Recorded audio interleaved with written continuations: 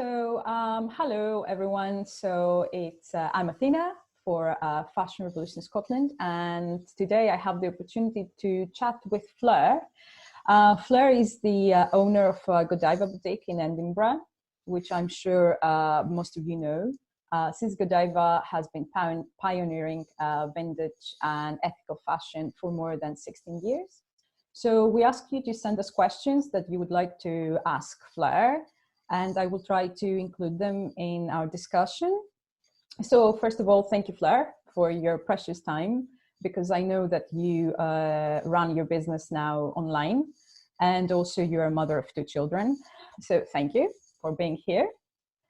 And let's start with a question that someone sent to us through our social media. And I think it's a very good way of starting our discussion and for you to introduce yourself. So how did you start your business?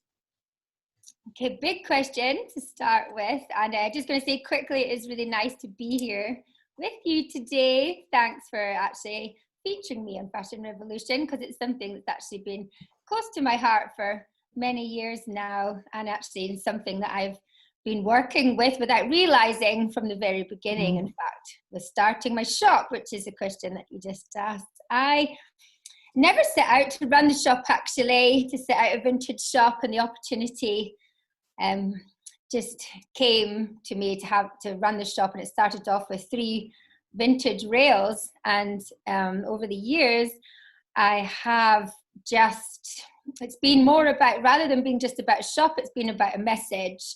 I've always been really into clothing, but more kind of secondhand vintage. I was brought up a lot in charity shopping, so I felt very comfortable with secondhand clothes. And when I started the shop, it was really exciting, to have this kind of, for people to come, people come and go, and they had a real passion for vintage. But what happened was there was a lot of wastage actually in the shop. There was a lot of things that might have arrived into the store that were broken, that we couldn't use anymore. So instead of throwing it out, I was really close proximity at the time to the art college. So it's been exciting the way that it's all evolved. I gave out lots of sort of secondhand clothes to art college students. And then we created a rail back in 2003, actually, which was the kind of, for us, was the start of upcycling.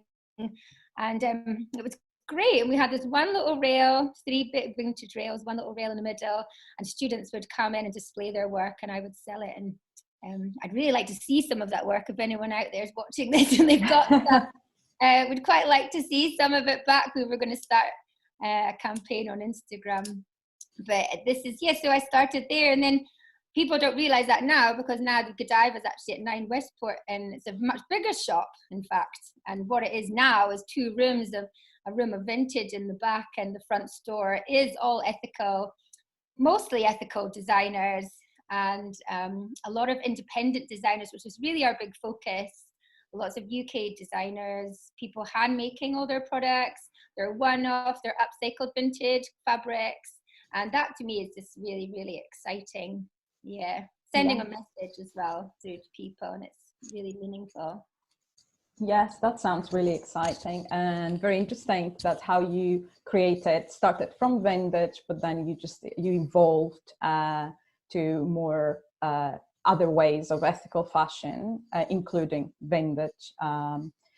So during all these years, have you noticed a difference in people's and customers' needs and interests in fashion? So is there, for example, do aesthetics always play a role, or now people are more aware of the materials that the clothes are made, or who made their clothes, or it's still more important the aesthetics and the style rather than everything else? I think it's definitely been a shift in people. It's one thing about aesthetics. It's really, we've never followed fashion in Godiva, actually. Which is what's so great about it, is that the longevity of a piece, it's not, it's that's what makes it kind of, longevity. It's not follow, it follows fashion a little bit, but it's never been our focus. Yes. And the aesthetics is true. People really, it's more quite tactile nowadays as well, I think.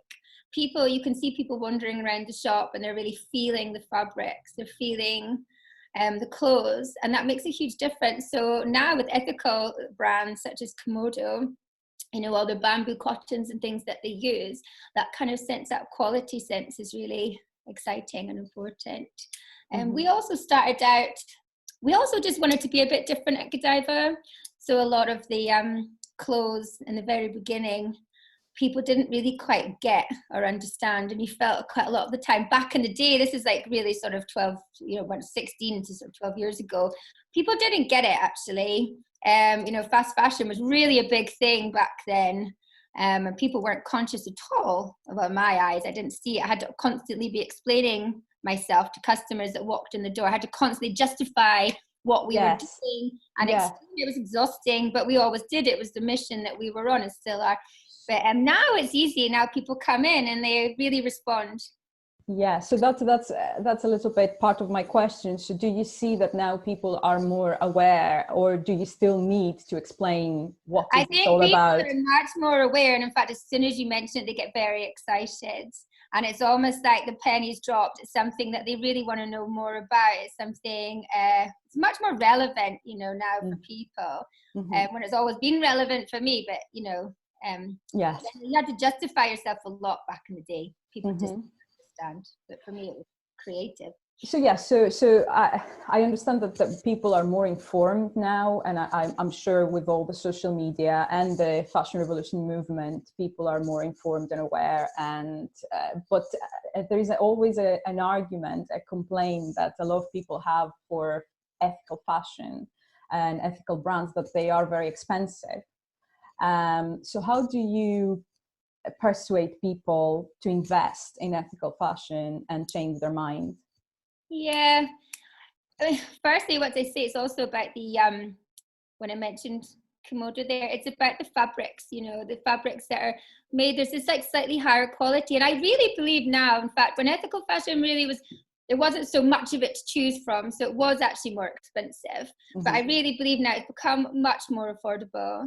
And in fact, if you're really going to like pitch it against maybe something you'd buy in the high street, it's really nearly almost the same price. Or just that little bit more. So maybe instead of buying 2 tops, you would buy, you know, 2 high street tops, you buy 1 ethical top, but that 1 ethical top will last you longer. And it's just that kind of thing. And also, yeah, it's just, I think that people, they just want to know more about where things have come from and where things have been made. And the justification is that it's the fair wage that people, you know, are getting paid. It's the environment that people are making, and that little bit extra is what you're really paying for. And it goes the same with the independent designers that we have here. These people are working in small studios all over the UK, you know, so they're just paying themselves a fair wage. They're actually not making that much money, but they're doing it because they want to do it. It's a passion. So when you buy this thing and you wear it, it's a connection to that piece of clothing. And that connection, for me anyway, I know for a fact, you know, that connection makes me feel happy, you know, knowing that I've made that little bit of difference to somebody else's life, but also I'm wearing something that's more meaningful. So yeah, I enjoy that. Yeah, so it's really important to for the customers to understand the story a little bit behind the clothes. Really, that's a huge part of Godiva, like huge part of our sales. I mean, we don't have a selling technique in the shop. I've never liked that. But in fact, one of the most important things is that we are really translating and giving people the story behind the product. And that is so easy to do because it's such wonderful stories, and then people become instantly engaged in what they're looking at and what they're, you know, potentially going to buy, and that's really great. So for us, that's easy. It's a real selling. It's a you know, add-on to our sort of sales. It's easy for us because it's wonderful to kind of put these messages over to people. That's really nice. So apart from the ethical brands and the independent designers, so you mentioned that you started from vintage, and secondhand is something that you really enjoy yourself as well. So what role do you think that vintage and secondhand play in fashion revolution? So is this a safe way to go to support ethical fashion? Yeah, I think so. It's all about sort of keeping it circular, avoiding landfill, that kind of thing, isn't it?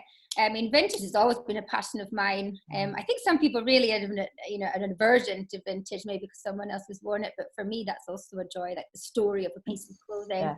That's fun. And also it's just so individual, isn't it? It's something that we really pioneer here anyway, but it's really exciting kind of pool of clothing. It's like, it's from everywhere, from all the eras.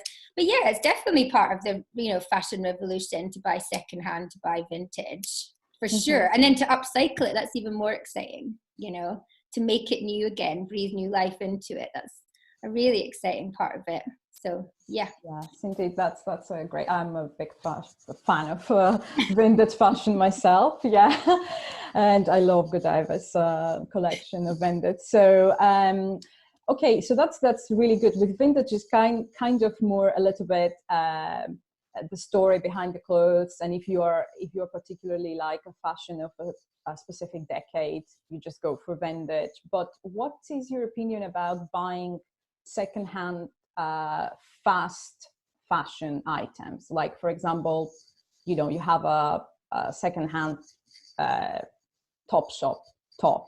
Is it okay does this make someone an ethical buyer?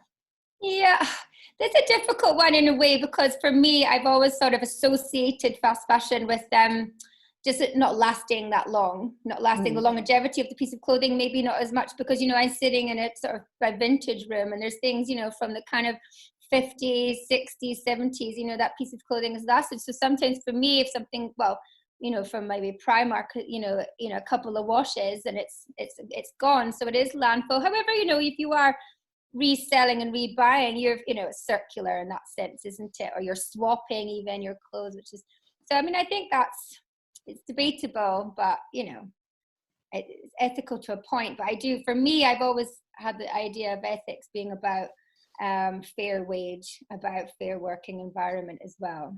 Yeah. So it really depends on, the manufacturing. And I know now that the high street is really, the eye is on the high street to kind of create that. But, I don't know how much that's really happening or not.